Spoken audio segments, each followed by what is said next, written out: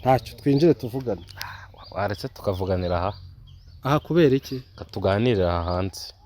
Okay, ibindi rero naga wende mu nzu bashaka kuba ari hatoya tutakwirwamo twese. Iwanjye mu nzu wanjye ntabwo hazi. Yego ntabwo ndinjiramo. Ntabwo urinjiramo rero reka tuganire. Se harimo itara. Muri iwanjye ni njye ubayobora. Sinjye muje kureba se? Harimo itara so. Sinjye muje kureba se? Yego. Sha uretse wa mwana nako mwese muri abana. Mwe muretse muri abana mu. Yego. Ubwo mutekereza yuko ayo mazu mushaka kunyubakira ameza ati. Naze tugere mu nzu. Yego. Naze tujye kuganirira mu nzu wanyu. Nta kibazo nimba ari byo hise. Injira nta. Kufite ikibazo cyo kwinjira. Ntabwo njya nkunda kuganira n'abantu hanze. Hanze mbo aha ni wanjye. Niho nkorera. Buriya reba aho nyuma yawe. Cyase mwari muzi ko muri bunsanga ahantu hameze hate. Ntekereza ko wowe se n'ubwa mbere tubonana. Yego. Ako nari ntarinjira mu nzu yawe. Nayiboneraga hanze mbona hari habarinzi nkabona kuri ariko turatunguwe no kwinjira tugasanga nyine imbere n'ahantu hari hameze ni nk'umujyi ubwaho, harimo umujyi wubatsemo ubwaho, ariko urebeye inyuma nakagonyi nakazu nyine karaho k'amafuti nyine ntabwo byumvikana. Mbona ari hanze mbona mu nzu hasa neza.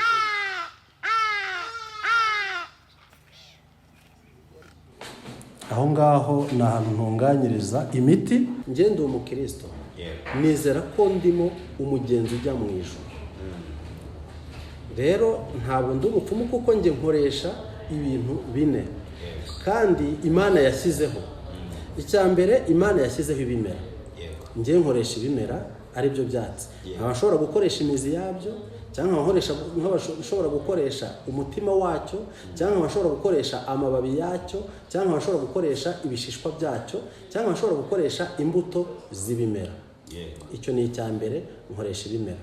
Ikindi cya kabiri nkoresha ni inyamaswa. Imana yaduhaye inyamaswa kugira ngo zidutunge. Ishyiraho n'ibice bifite agaciro cyangwa umumaro kurusha ibindi. Rero hari igihe biba ngombwa ko mu buvuzi bwanjye nkoresha inyamaswa. Icya gatatu nkoresha ni ubutaka. Icya kane nkoresha ni amazi. Yamfashije ikintu gikomeye cyane. Twaravuganye, navuye hano mu Rwanda njyana na madamu muri Amerika. Ariko tuza kugerayo tubanza kugira utuntu tw'utubazo. Tangira nyine imyitwarire yari afite hano mu Rwanda, ugezeyo irahinduka, atangira kujya ajya mu bazungu, ibintu nyine byo kujya mu bagabo cyane. Ubwo tumaze kubyara biza kuba ngombwa yuko nyine dutandukana. Iyo mfite ifoto yawe nkagira n'amazina yawe wowe mba ngufite. Mba mfite wowe ntibeshya. So iyo mbifite rero nge ngomba kugukemurira ikibazo, si ngombwa kuza kundeba. Iyo bibaye ngombwa ndaguhamagaza ukaza, ariko rwose mfite uburyo bwo kugukorera imiti. Waba uri muri Amerika nkayikohereza, waba uri i Burayi nkayikugezaho, aho uri ku isi hose imiti nyikugezaho we bitabaye ngombwa ko ungeraho. Ariko abantu benshi bakora ibintu batazi. Urugero rw'ikintu kitari kure, nk'iyo abantu bavuye guhamba cyangwa se gushyingura kwirimbi, habaye ikintu abantu benshi bavuga ngo tujye gukaraba kubera ko bavuye gushyingura. Mu by'ukuri ushatse wakwibaza ngo ariya mazi bari abantu bagiye gukaraba, ese arutayi wabo mu rugo bakagiye wabo mu rugo bagakaraba? Ese abantu bose bagomba gukaraba cyangwa abagomba gukaraba ni bande? Ese bo bagomba gukaraba iki? Ni amazi yonyine cyangwa ni amazi arimo umuti cyangwa none se muri bacyo ugasanga abantu bari mu kigari cy'ibyo batazi kandi warabikoze utabizi. Ikindi nakubwiye ngo hari ibintu ushobora gukururirwa cyangwa se ushobora kwikururira. Urugero, ushobora kuba ufite umugore cyangwa se ufite umugabo akagenda akaryamana n'undi mugabo hirya cyangwa se akaryamana n'undi mugore hirya, kandi uwo muntu bagiye gukorana ya raporo sexuelle ni umunyamyaka cyangwa se afite ibibazo muri we. Noneho mu kugira ibibazo muri we akazana cya kintu abanyarwanda bita imikoshi. Akaza niba ari umugabo yashyika mu rugo akaryamana n'umugore we. Yamara kuryamana n'umugore we bwacya mu gitondo cyangwa se bwanakwira bagateka ibiryo bakagaburira abana. Tayari ya mikoshi yose ikabiraje yinjiye mu rugo. Icyo ni icya mbere. Icya kabiri, ibya kabiri tuvura amarozi y'ubwoko bwose. Namara kumusuzuma ngasanga umurozi umuroga baraturanye. Mu by'ukuri nimuha umuti w'uburozi nkagenda wamuroza ahita yongera gusubizamo ubundi igihe nagiye. Ariko iyo nagusuzumye nkabona wamuroza ukuroga, ngiye cya mbere nkora mbanza kunetraliza, reka mvuge wenda nubwo turi kuvuga ikinyarwanda reka nkoreshe icyo gifaransa, neutraliza bwa burozi murimo aho buturuka, kugira ngo niba bamuha ubundi bujyanye na bwa bundi bwe kugira icyo bumutwara. Icya kabiri, iyo maze kunetraliza ingufu z'uburozi afite, nkoresha ibishoboka byose kugira ngo bwa wundi afite mbumukuremo. Icya gatatu, iyo nakuvanyemo uburozi bukurimo, bitewe nuko mba nakoze icyo bita kugutsirika, nkoresheje imiti, nta wundi muntu ushobora kuza kukuroga. Yabana iyi kontake ni yawe, iriya modoka nazanye hariya ni yawe, warakoze cyane. Sinabona uburyo ngushimiramo, ariko ndakeka nje ngushimire, muze birahagije, nje ngushimire, birenzeho Imana izabiguhe. kontake ukabura yimuhaye. Nje ngushimire, mu gusubirayo turatega akamoto. Bona ahangaha turahageze rero. Kwa muganga. Mwiriwe? Abamo hano se? Ahangaha atuye. Mwiriwe neza? Yego, njye nitwa Cedric, ndi umunyamakuru. Uyu mugabo turi kumwe yaturutse muri Amerika, yaraje gusura muganga, bari bafite rendezvous uyu munsi. Sinzi nimba wenda uyu munsi yaba hari cyangwa se mwamutubareza mukamubwira ko hari umuntu witwa Paul uvuye muri Amerika umushaka, arahita abimenya. Reka tumubaze. Murakoze. Mbona hagucanze se watunguwe. Watunguwe tumwubakira inzu pe. Ahantu mana. Yibera mu ishyamba kabisa. Ni mu ishyamba ni mu bisiga. Akira telefone ya. Yes, Monsieur Paul. Yes. Urakomeye. Murakomeye cyane. Iminsi myinshi. Najyaga nkubona ko mfite ifoto ndahamugejeje rero. Umunyamakuru mwiza nkunda. Ndahamugejeje rero. Yavuze ati amakuru y'iminsi nze nkusure nyuma ngo ibyo mukoreye bitandukanye. Nasanzwe. Ntacyo twinjire tuvugana.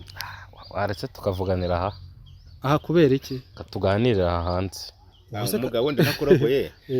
Nari mvuze ngo tuzanye wenda uraza ko ntago duherukana kuganira n'abantu baragukumbuye. Byibuze ukama nk'iminota nk'itanu tukagana utuntu dukeya nkahita njye nigendera.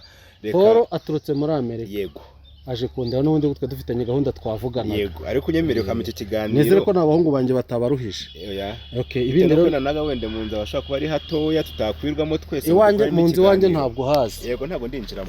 Ntabwo urinjiramo rero, reka tuganire namumuze wenda cyangwa se wenda wonkeneye cyane ni Paul. Tuganire hanze se byagiza kurushaho. Ntabwo nanjye ndumva byaba ari akarusho kurenza kwinjiramo hano. Ikibazo ufite ni iki? Ikibazo ufite cyo kwinjira hano ni iki? Nyine ko twavuga ati wenda ko mbona hasa hari atatakwirwamo. Se harimo itara muri wanje ni njye ubayobora. Sinjye muje kureba se? Harimo itara so? Sinjye muje kureba se? Yego.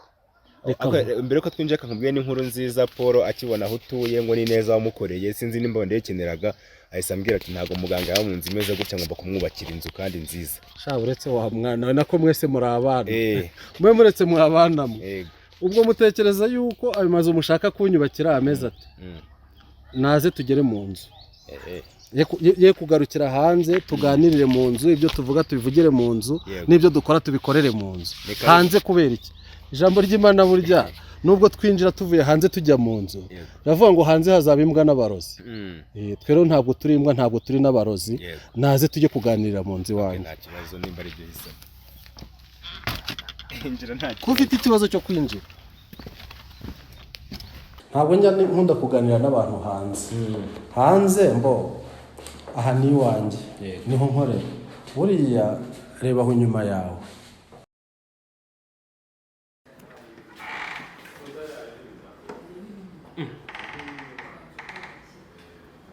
Ni gute se hanze hasa gutya nabona mu nzara neza gutya? Kangajwe n'iki se? Arava tugende. Agaruka nari byiteze pe. Niyo mpamvu bavuga ngo tuganirire hanze se? Mbona hano ari hanze. mu nzu hasa neza. Aho ngaho ni ahantu ntunganyiriza imiti y'ibijya gukorerwa hejuru, kuko buriya urabona aha ngaha hafite uburyo hubatse hatandukanye. Reba hari igice cyo hasi, hari igice cyo hasi buriya hari n'ibyumba byaho, hakaba n'igice cyo hejuru nacyo gifite ibihakorerwa. Noneho uyu muryango ubona hano ukorana n'abantu n'ibyo nkorera hasi. Buriya hasi nkorerayo abantu bafite ikibazo cy'imyuka mibi, bafite ikibazo cy'abadayimoni, bafite ikibazo oya buretse turajyana ndahakwereka ndimo ndagusobanurira kuko nijye ugomba kuhakwereka nk'umuntu wasuye. Hasi hakorana n'uyu muryango ubaha harimo imiti y'ibintu bijyanye n'imyuka mibi, birimo amarozi, birimo abadayimoni b'ubwoko bwose, abazimu baturuka mu muryango, imyuka y'imitererano. Ibyo ngibyo bikorana n'uyu muryango no hasi hariya. Noneho hejuru aha ngaha rero hari naho ngiye kubanza kukwereka, hari indwara zisanzwe, hari indwara zisanzwe. Tugende mbanze nkakwereke urebe uko hameze. Ntabwo ibintu byose urakumbwira ngo njye nkwakirire hanze, ndabizi ubwo warubonye aho winjirira uravuga utaha hantu ibi ngibi ntabwo ari byiza. Donc iyo ugeze hano ureba hano ukabanza ukireba niba hari n'ikibazo ufite cyangwa se niba hari akantu kaje ku mubiri wawe, urebera hano muri iyi miriwari. Ubwo tugakomeza.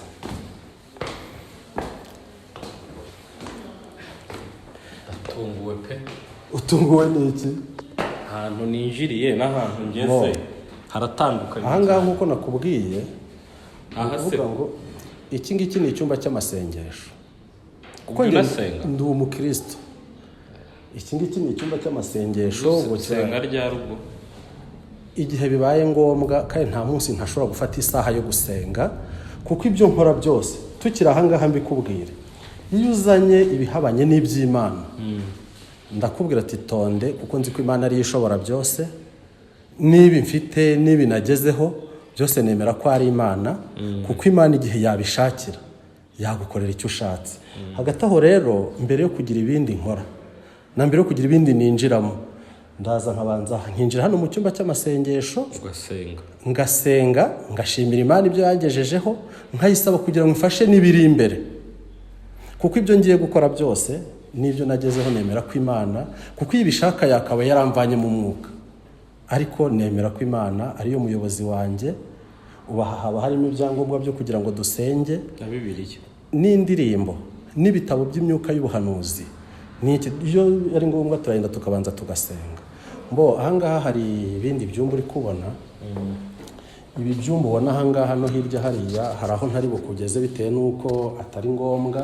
Hakorerwamo icyaho rero niho hateye amatsiko. Aho ngaho haba harimo imiti ifite ibintu ijyanye nabyo. Si ngombwa ko tujya kure, tugende nkwereke no hasi hariya. Hamwe wambwiye ko havurirwa abantu bafite imyuka mibi. Imyuka mibi. Aho ngaho wihore. Aho ntujyane. Si ngombwa rero ubwo. Niba udashaka kujyayo, reka tugende twicare tuganire. Ariko ibyo kuvuga ngo twicare hanze tuganirire hanze, ntabwo njya nicara hanze.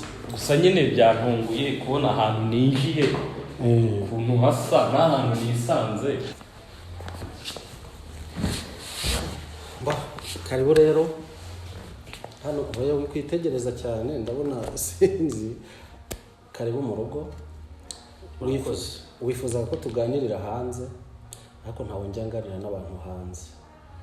Ngira ngo nabikubwira. Nkurikije uko ndi kubibona ameze nk'umuntu watunguwe cyane, ariko nawe ndaza kubaza rwibasira nka muganga mubaze ni twaje ahantu mu by'ukuri bigaragara ko ari ahantu ku ishyamba, mu kazu ka kera ka Kinyarwanda, ariko tugejejemo imbere turatungurwa tubona tugeze mu kindi gihugu. Ubundi ibi bintu wabisobanura gute cyangwa bishoboka gute? Igikuru nuko aho mwari muje mwahageze. Nicyo cya mbere. Aho mwari muje mwahageze, uwo mwari muje gushaka mwambonye. Yego. Sinzi niba ikibazo mufite ari uko mwashakaga cyangwa se mwari muzi ko muri busanga ahantu hameze hate.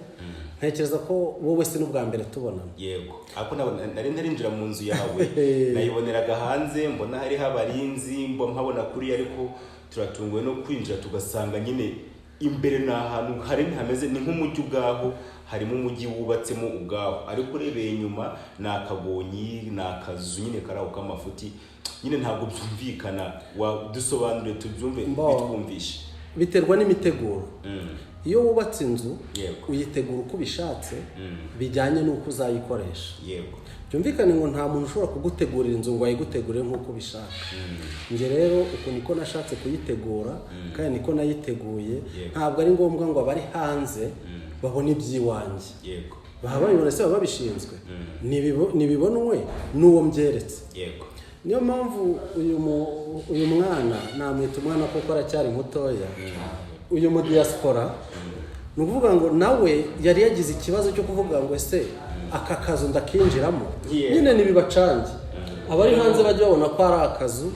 Abari hanze mujye mubona yuko mujye mubona yuko wenda bidashoboka kwinjiramo, ariko nyuma yuko winjiramo ntabwo nsebye. Ntabwo wanjye hasebye. Byandenze ngewe ubu ngubu sindiyumvisha ko ahantu nicaye naho ninjiye uko inyuma hasaga n'ahantu nicaye ukuntu hasa. Kuko sinzi ibintu wamukoreye akikubona yavuga ati kumbi ubaha ahantu ati ngomba kukubakira. Ariko agezemo imbere avuga ati ntibibaho. Ati ntabwo yari inzu ahubwo ni umuti. Yanzu ntabwo akikeneye. Ntabwo akikeneye kuko ahantu hateye ubwoba. Bigiye kubirebesha amaso yacu kubireba akabyizera biragoye. Ntabwo biteye ubwoba. Ntabwo biteye ubwoba pe. Kwinjira ahantu hameze nko mu abantu bari kuvuga ntibagire ikibazo, ni abantu bari hirya bari kwikorera ibyabo. Bafite abantu benshi ahangaha. Ubwo ro kumva amajwi y'abantu ntibibatera ikibazo. Bafite hirya bafite ibyo bibereyemo. Ko bafite abantu bari kuntegurira imiti, bafite abantu bari kuyifunga, bafite abantu bari kuyisekura, bafite abantu bari gukora icyo bita kuyitara no kuyitarura. Niyo gutera ikibazo reka bari mu byabo, natwe reka tuganire ibyacu. Wenda abadukurikiye bashobora kuba batazi wenda isano mufitanye, uko muziranye cyangwa se impamvu yafashe urugendo akava muri Amerika akaza aje kugusura. Wenda ashobora gufata umwanya akababwira uko muziranye n'impamvu nyamukuru yamuvanye muri Amerika avuga ati reka njye mu Rwanda njye gusura umuntu witwa Rwibasira. Buriya icyo reka nyigusobanurire, hari n'abantu benshi bajya bakibazaho. Izina Rwibasira ni izina niswe na sogokuru. Ni izina niswe na sogokuru, anyita Rwibasira Antoine.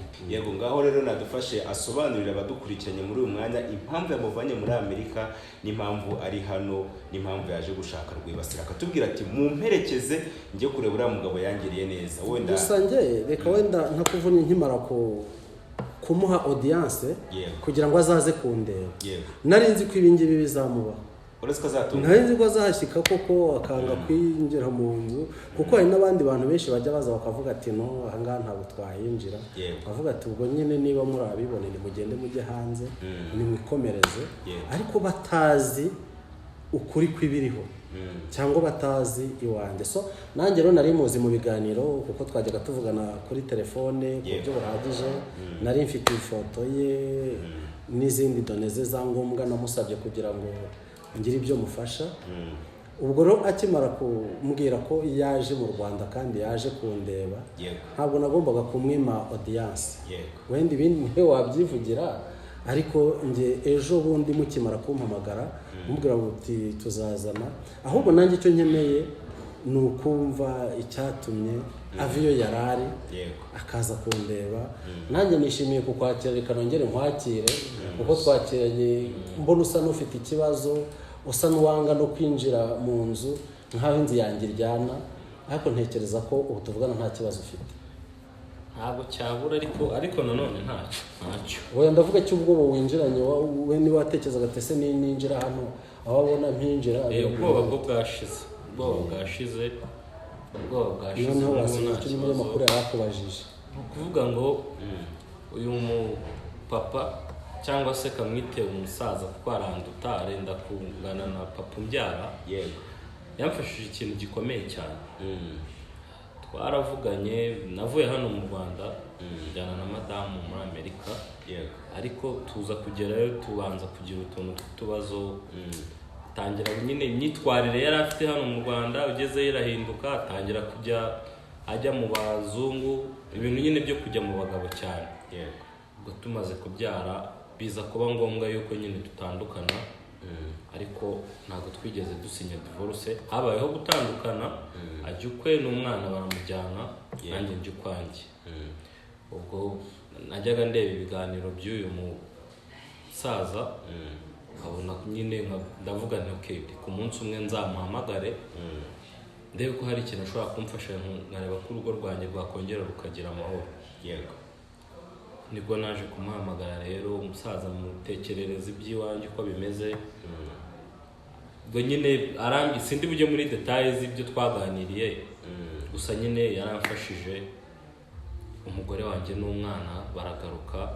Ubu ngubu urugo rumeze neza, turubatse, amahoro ni yose, nta kibazo kigihari. Ari nayo mpamvu naje nje mu Rwanda kumwitura neza yangiriye. yego iyo hajemo kwitura ndishima nanjye ubwanjye, icyo cyanzanye rwose. yego abantu baraza kwibaza, nanjye ndimo turaza kwibaza ngo ese yagufashije gute, kandi wumva wari uri muri Amerika wari mu Rwanda, yagufashije gute? Cyangwa wenda sinzi nimba bidusobanurira cyangwa we abidusobanurira, ariko se yagufashije gute wumva wowe utuye muri Amerika we atuye mu Rwanda? Icyo gihe byaza kunsaba kujya gusobanura ibintu byinshi, gusa mu magambo make nibyo yambwiye, hari ibyo yambwiye ngomba gukora. mu magambo make reka mufashe, atari uko bimunaniye kubivuga, ariko reka mufashe kugira ngo tugere na vuba, kuko buriya hari n'abandi bantu bantegereje. kubyumva ko bagushaka cyane, ariko numvise avuze ijambo ryiza, n'uwashaka yabaretseho gatoya. Ubundi njyewe wowe si ubwa mbere tubonanye nk'umunyamakuru. yego iyo mfite ifoto yawe nkagira n'amazina yawe, wowe mba ngufite. yego mba mfite wowe ntibeshya.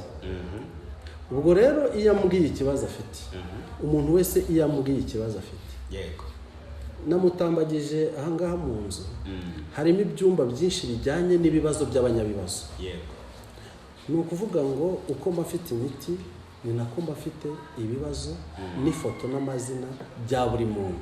So iyo mbifite rero, njye ngomba kugukemurira ikibazo, si ngombwa kuza kundeba. Iyo bibaye ngombwa ndaguhamagaza ukaza, ariko rwose mfite uburyo bwo kugukorera imiti. Waba uri muri Amerika nkayikohereza, waba uri i Burayi nkayikugezaho, aho uri ku isi hose imiti nyikugezaho, we bitabaye ngombwa ko ungeraho. Rero nawe wenda sinzi impamvu ari gutinya kubivuga ku rubuga, ibyo yashakaga nabimukoreye, ndi aho ngomba kubikorera muri kimwe mu byumba namweretse. we yaguhaye ifoto ye n'amazina ye, ubundi uramufasha? Ntabwo ari ibyo gusa, byo icyumvikana, yampaye ifoto ye n'iy'umudamu we, yampa n'amazina ye n'ay'umudamu we, arangije yishyura ibyo namusabye kugira ngo mbashe kubona uburyo bwo kumukorera, kandi ndamukorera. Imana ishimwe, kuko buriya ni ibintu byinshi abantu bakora, ariko gushimirwa burya hashimira abantu bakeya. Gushimira nabyo ni ubutwari. Ubwo rero kugira ngo umuntu aza gushimira, umunyarwanda rero yavuze neza ngo uwiturwe neza n'uwo yayigiriye abagira Imana. Byo byonyine kuba abitekereje akavuga ati reka ngende njye gushimira umuntu wamfashije, ni igikorwa gikorwa n'abantu bakeya cyane. Ni nayo mpamvu mukoze mu kiganza nkamushimira. Hanyuma se tugeze aho utuye, sinzi nimba ndi bubyite inzu cyangwa se ndi bubyite wenda karitsiye, kuko ni ahantu hanini cyane. Nkibaza ese ahantu ubamo wenyine, ufite wenda abaturage benshi ucumbikiye, kuko ni karitsiye nini cyane? Wadusobanurira nyine uko twabonye ari ahantu nyine umuntu atakaba yaba ari umuntu umwe. Ngira ngo mushatse mwatembera no hirya mwasanga hariyo abandi bantu benshi. Iyi nzu ntabwo nyibamo njyenyine, nyibamo n'abandi bantu benshi. Nta nubwo ari ahangaha mba honyine, mfite n'ahandi hantu. Utareba hano ngo uvuge ngo niho honyine, ushobora no kuzaza ukansanga n'ahandi hatari ahangaha bijyanye n'aho ngiye gukorera. Ni ukuvuga ngo uba ufite ahantu henshi hatandukanye ukorera ibintu bitandukanye. Hanyuma ariko muje uravuga ati yanyohereje ifoto ye, mufashe ikibazo yari afite. Hari nk'umuntu wahita avuga ati se wenda kuko mfite ibibazo runaka, uyu muganga nanjye yabimfasha. akaba ariho nahita nkubariza ndetse wenda mu busanzwe ni ibihe bintu ubasha gukora n'abari bugirane bwo badukurikirana bavuga ati uriya muntu umugani yamfasha muri gahunda izi n'izi. Okay, icyo ngicyo reka nkigusobanurire. Hari ibintu byinshi cyane abantu bahura nabyo, cyangwa se ibintu byinshi abantu bikururira cyangwa bakabikururirwa na bagenzi babo. Reka nguhe urugero rw'ibintu wenda nka bitatu. Uzabibona iyo abantu babuze umuntu muri bo cyangwa se umuntu yapfuye. Benshi bavuga ngo yitabye Imana. Burya kugira ngo byumvikane ko umuntu yapfuye nuko aba yashizemo umwuka, kuko umuntu ari guhumeka ntibashobora kumuhamba. Rero abantu benshi hari igihe njya nkora ibintu abantu bamwe bakavuga ati se muganga we kubera iki umuhango atawukoze, ariko abantu benshi bakora ibintu batazi. Urugero rw'ikintu kitari kure, nk'iyo abantu bavuye guhamba cyangwa se gushyingura kwirimbi, habaye ikintu abantu benshi bavuga ngo tujye gukaraba kubera ko bavuye gushyingura. Mu by'ukuri ushatse wakwibaza ngo ariya mazi bari abantu bagiye gukaraba arutaye iwabo mu rugo, bakagiye iwabo mu rugo bagakaraba.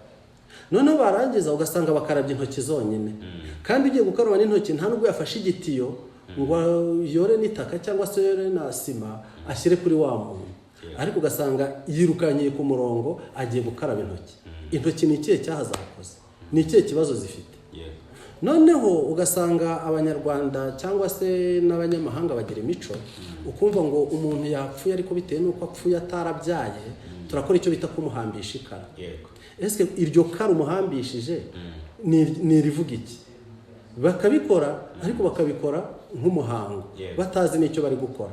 Warangiza ukibaza se bari abantu bari kujya gukaraba, uriya murongo bari kujya gukaraba ni itegeko ko umuntu uvuye gushyingura ajya gukaraba? Ese abantu bose bagomba gukaraba cyangwa abagomba gukaraba ni bande? Ese bo bagomba gukaraba iki?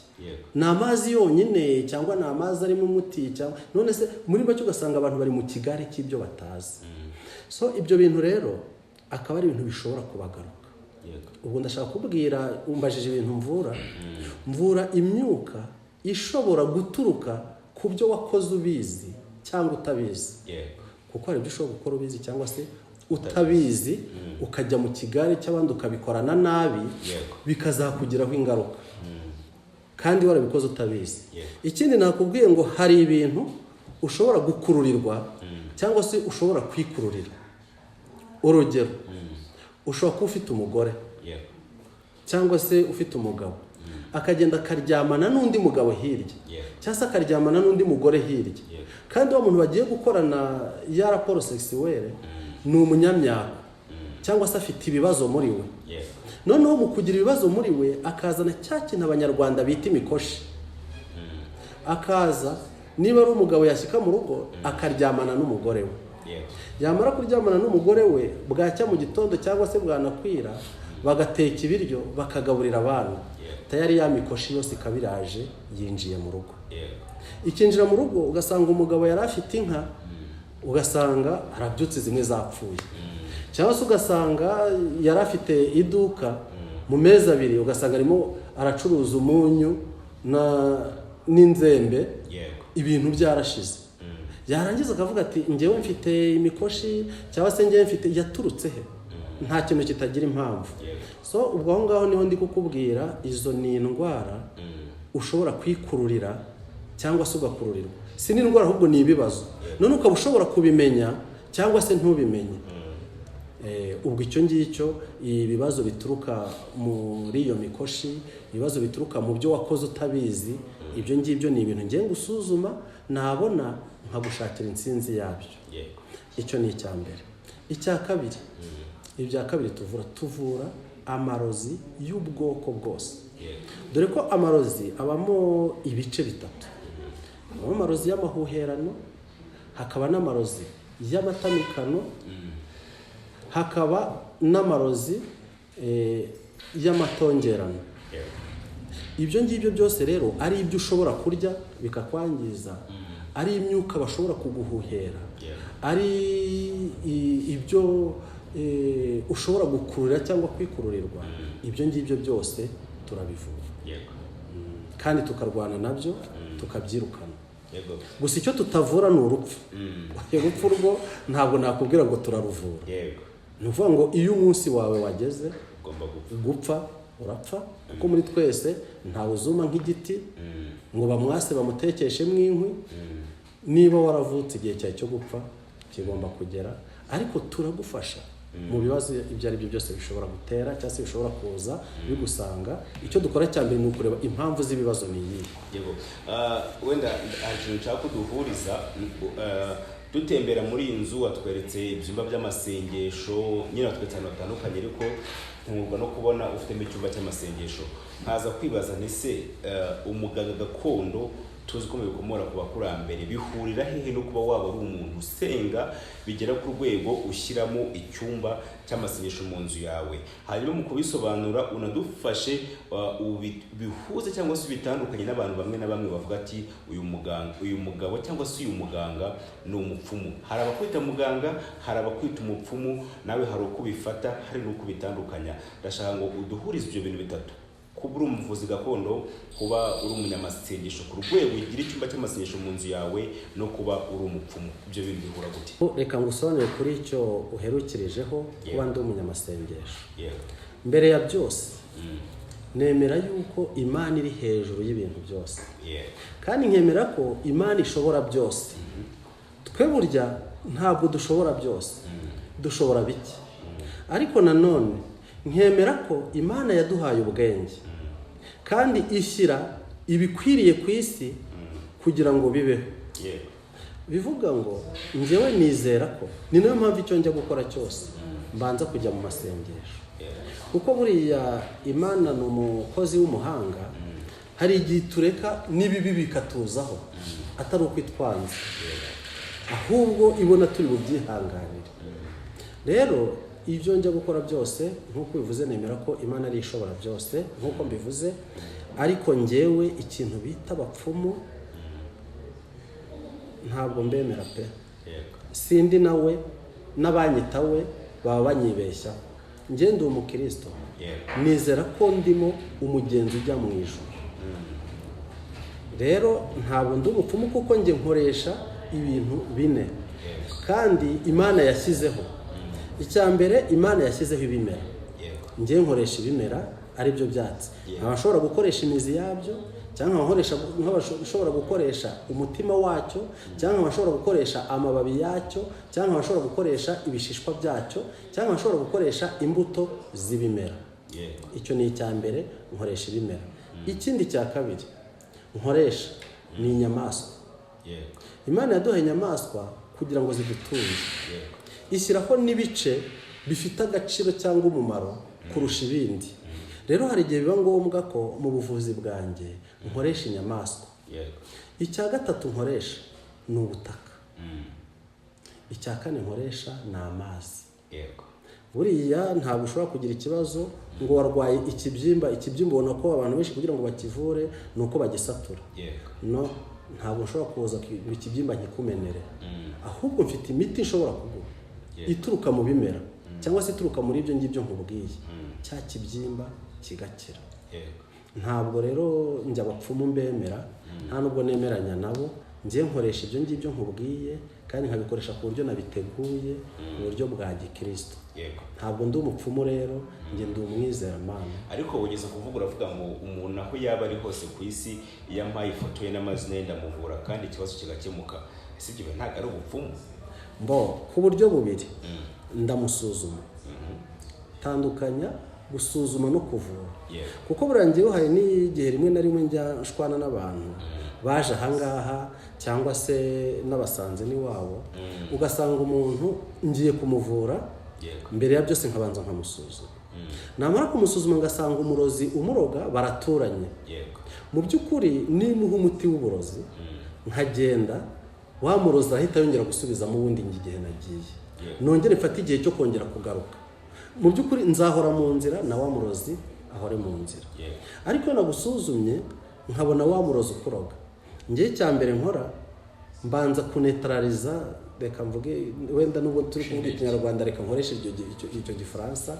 Neutraliza bwa burozi bumurimo aho buturuka, kugira ngo niba bamuha ubundi bujyanye na bwa bundi bwe kugira icyo bumutwara.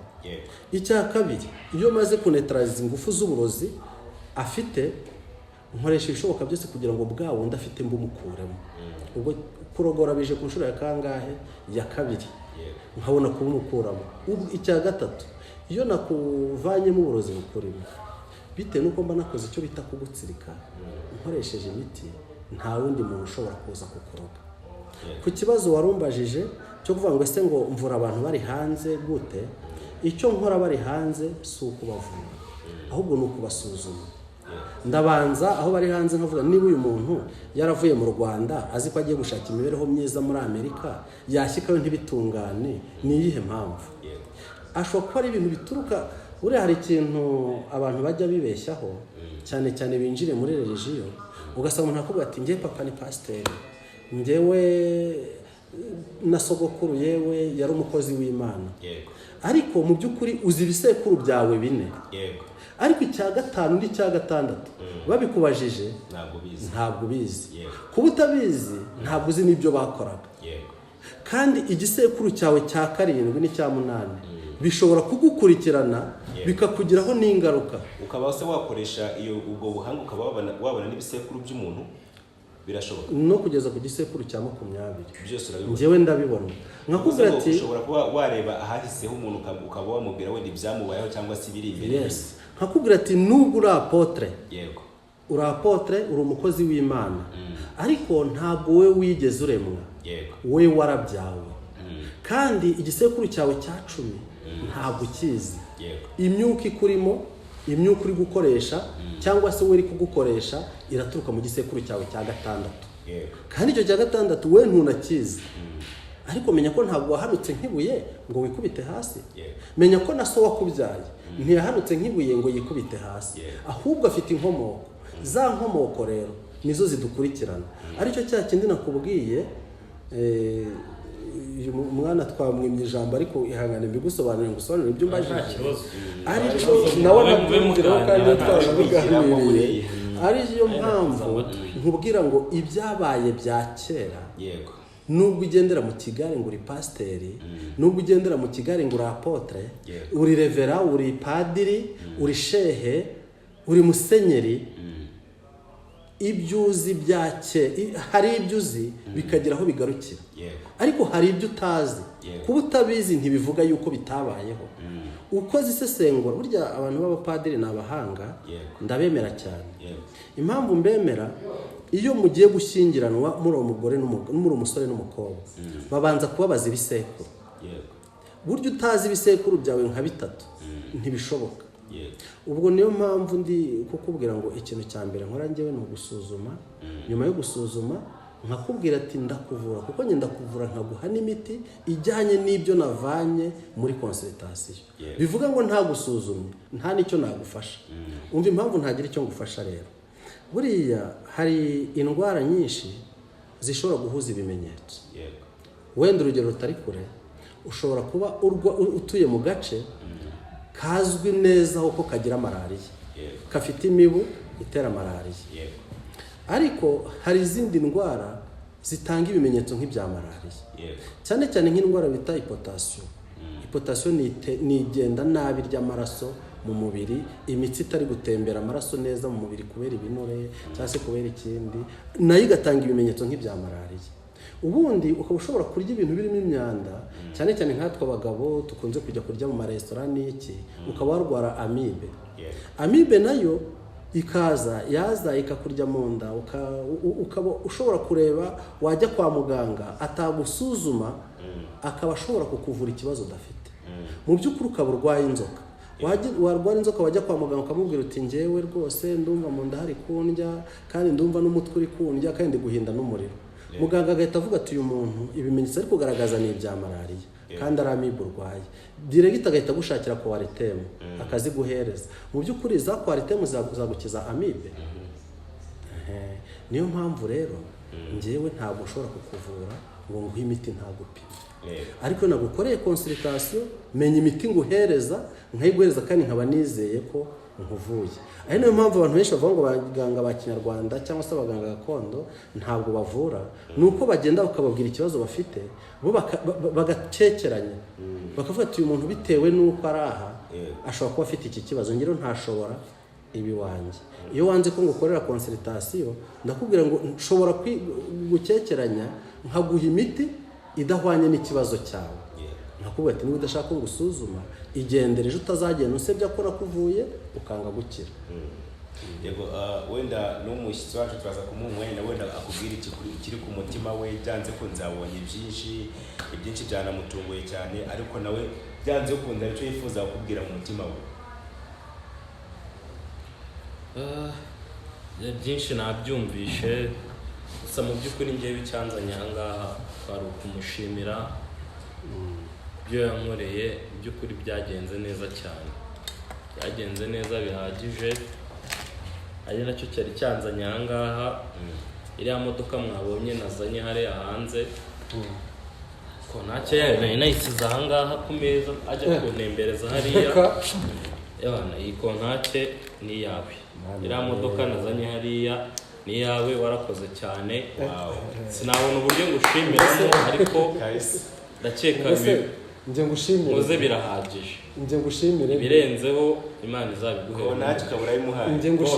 Njye ngushimire mu gusubirayo turatega akamoto. Ahubwo ndagutwara nkugeza nanjye imodoka ndayizi, wabonye ko na hariya zihaparitse, ndagutwara rwose ahubwo nkugeza aho ujya. Ntabwo wahabwa impano nk'iyi ngiyi ngo ubure kugura akantu. Ndagira ngo umunyamakuru ngushimire nawe, ibi ntabwo ari ubwa mbere bibaye. N'ubushize wigeze kunzanira undi muntu, reka mbikubwire, n'ubushize yigeze kunzanira undi muntu ampa imodoka, ni ukuvuga ngo yampaye impano idasaza. Nawe rero iyo mpaye mu by'ukuri ni impano idasaza pe. Ibi ngibi ni bitoya ku byo umuntu aba ateganya gukorera undi, ni gitoya ku byo umuntu ateganya. Gusa warakoze cyane, nanjye mbuze uko gushimira sinabona nyine amagambo nabivugamo. Byonyine ufata umwanya agafata indege akava muri Amerika ari waje gushaka, nase numva ko harimo ikintu gikomeye cyane, byanze ukunze mu mutima harimo ishimwe agushimira cyane. Ako se niba yari yateguye ibintu, niba yari yabikubwiye wowe ntabwo narinzi nk'umunyamakuru, ahubwo icyo numvise tukiri hanze nuko asavuga ati uyu muntu yaramfashije, nimba baha ahantu ngomba kumwubakira. Ariko yinjiyemo imbere avuga ati ahubwo mbere ugomba kunyubakira. Yinjiyemo aravuga ati iyi ntabwo ari inzu, ahubwo uyu ni umujyi, ni karitsiye, kuko nta nzingana gutya ntabwo bishoboka. Biramutungura rero, ubwo wasanga ariyo mpamvu wenda ahindura igitekerezo cyo kuba yakoresha imodoka aho kubakira, kuko yasanzwe nkigera hariya hareba ahantu se mana yanjye no kwinjiramo byanje kuntera ubwoba. Aribwo nafashe umwanzuro ndavuga ngo umuntu azamwubakira ahantu heza, ariko nyine ninjiyemo mbonye ukuntu hameze, nsanga ntabwo akwiye inzu. Icyo nasanze akwiye ko ubwo mfashe umwanzuro wo kumuhereza kontake y'imodoka nazanye. Rwose sinzi naho inzu yo iwacu mu kirokore hari akaririmbo njya nkunda kuririmba, wenda reka ndirimbe akantu gato, karavuga ngo wakoze ibikomeye sinzi uko nabivuga, sinzi uko nabivuga, sinzi uko nabivuga, wakoze ibikomeye sinzi uko nabivuga, wakoze ibikomeye. Ni Imana yakoze ibikomeye.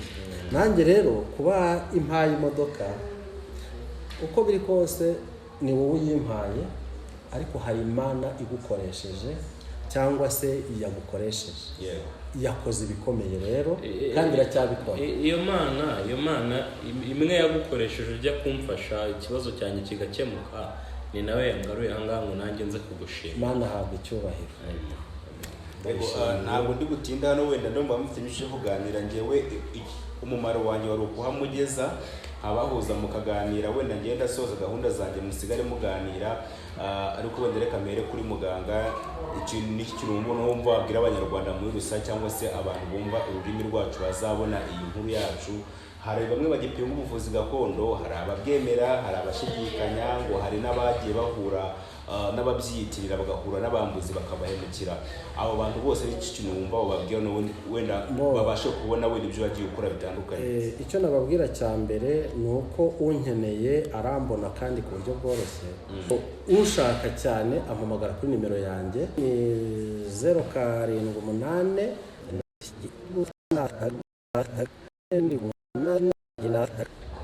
icyo gihe ushobora kumpamagara tukaganira ku buryo buhagije, ziri kuri WhatsApp rwose. Yego, hanyuma wenda nsoza ngiye mumba icyo musigaye muganira umushyitsi wacu we n'ikiyumba kiri ku mutima we cyangwa se akurikije ibyo wamufashije ibyo wamukoreye, ni ubuhe buhamya mvageza ku bantu cyangwa se message yaha abantu bitewe n'uko yabashije kubona muganga Rwibasira?